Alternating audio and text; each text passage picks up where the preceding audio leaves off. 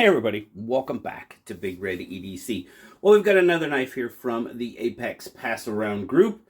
Thanks so much to David and Apex for getting these knives out to us. So what we have here, this is a DreamTech knife. Now, DreamTech looks to be part of a three-prong company, and I know I'm probably going to butcher a couple of these, but it's Fenghua, I guess, Fenghua.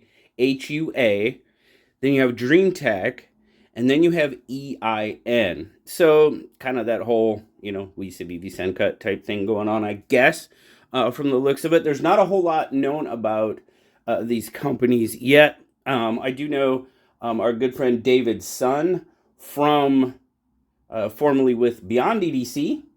You guys remember David, Beyond EDC, of course. I'm pretty sure Beyond EDC no longer exists. But anyway, he is associated with DreamTech. And, I've reached out and unfortunately he hasn't gotten back to me. So we're just kind of go with this. There's not a lot of information out there. I mean, what I'm going to tell you is pretty much what we can glean from looking at the knife. Now, I will say, this is the 9610. Or in some places, it's listed as the 610. Then they just dropped the 9. But it's available on...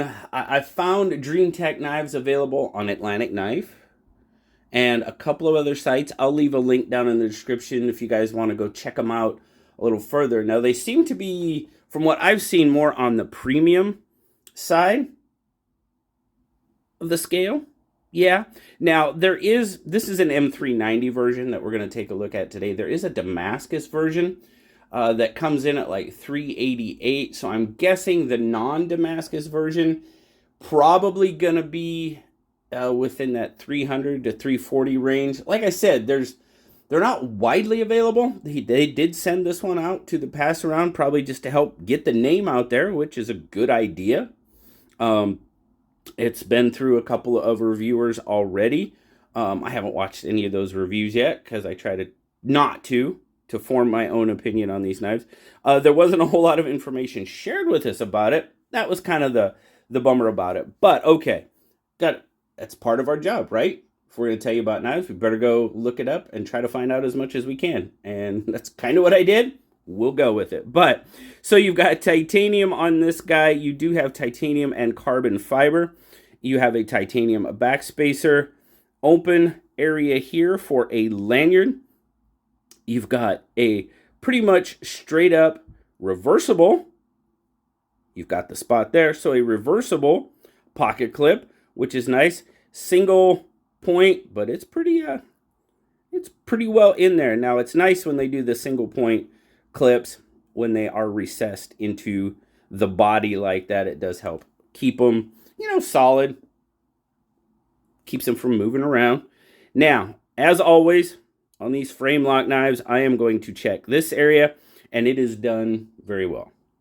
No sharp spots, nothing like that. The attention has been paid to it, and I am definitely liking that for sure. Obviously, like I said, it is a frame lock knife. Do have some speed holes there. I could do without, but it's okay. Whatever. They're there. I'm not a huge fan, but then again, a couple of my favorite knives that I have now do have holes in them. So anyway, obviously it doesn't bother me that bad. You have got several deployment options going on here. You've got a regular flipper, you have a front flipper, and you have these thumb wedges that look to be either Zerk or heat anode. Now, like I said, finding information on these guys isn't the easiest, but I do believe they might be Zerk because there is a version that isn't carbon fiber. It is Zerk where the carbon fiber is. So that's kind of what I'm basing this on. Like I said, not a lot of information out there. I tried to glean as much as I could. So anyway, let's go. For me, the detent seems pretty darn good. Make sure I'm not putting any pressure on the frame lock. It's It's good. It's probably on the light side for the flipper. For the thumb wedges, thumb studs, whatever you want to call them, it's pretty good. And then for the front flipper, I personally would not use the front flipper.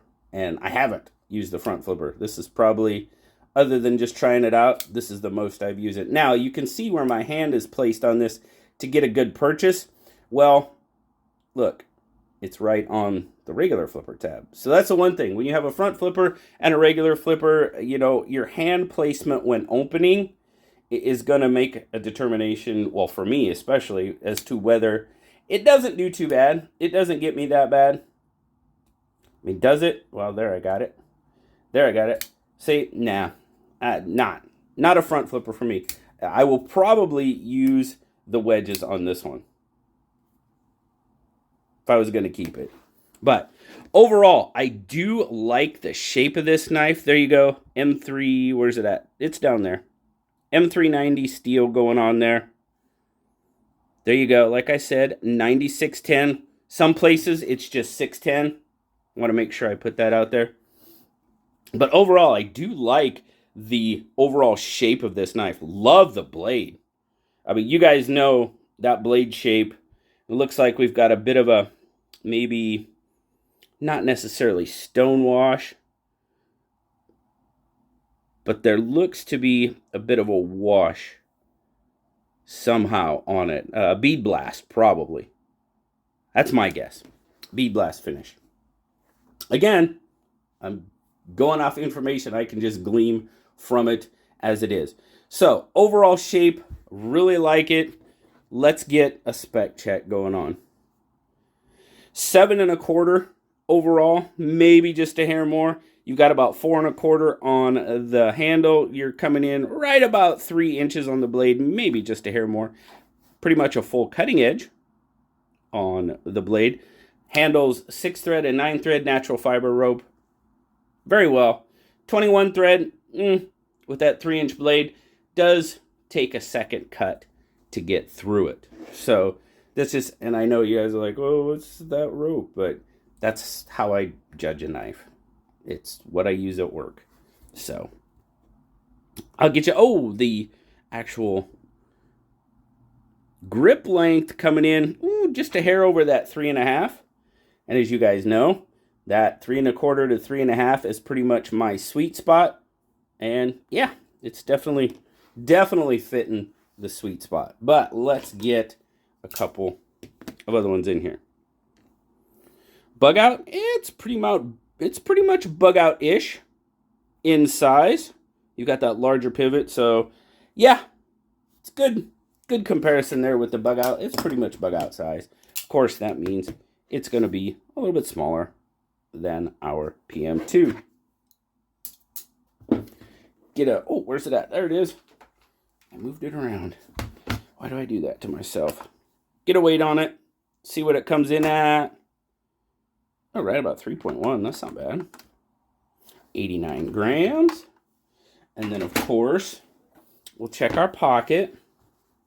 Going into the pocket, pretty smooth. Now, you will have a little bit sticking out of your pocket. Pretty much, that 1/2 inch you're going to get with a milled clip rather than a deep carry clip. So not too bad coming out of the pocket. You get a decent pop coming out of the pocket. Seems to be pretty good. Stout-ish clip. Not too bad. So overall. So here's my overall thoughts on this, guys. No, this is not a very well-known company.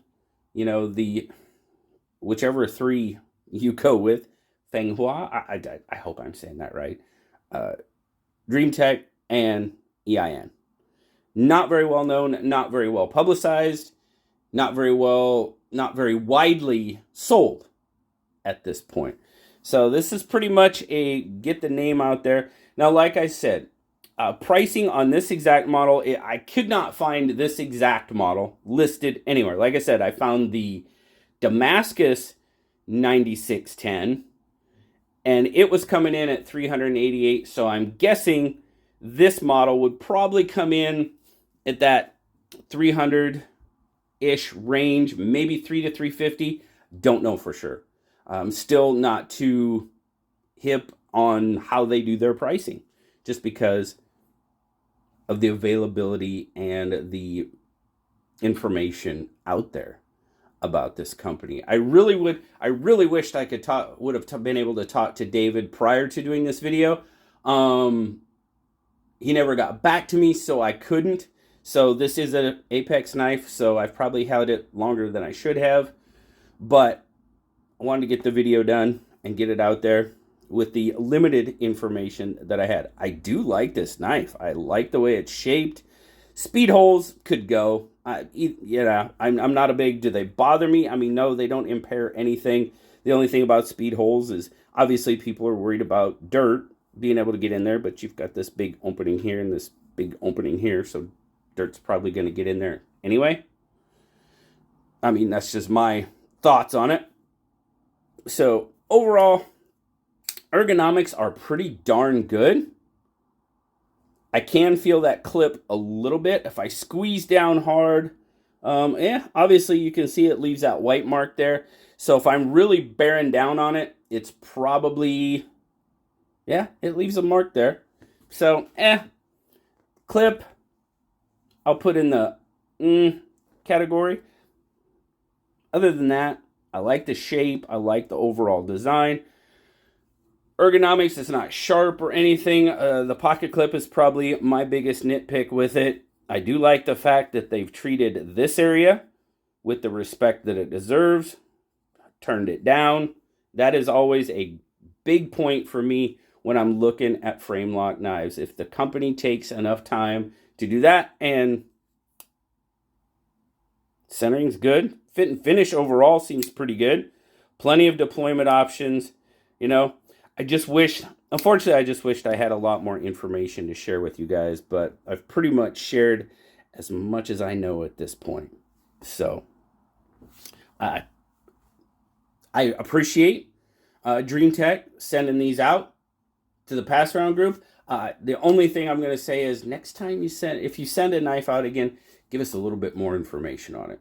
Help us out a little bit, because obviously the reason to send these out to the Apex pass around is to get, or any pass around, is to get the information out there, but we kind of need the information to help get the information out. So there you go. That's what I'm going to say on that. So appreciate it, guys. Thank you so very much.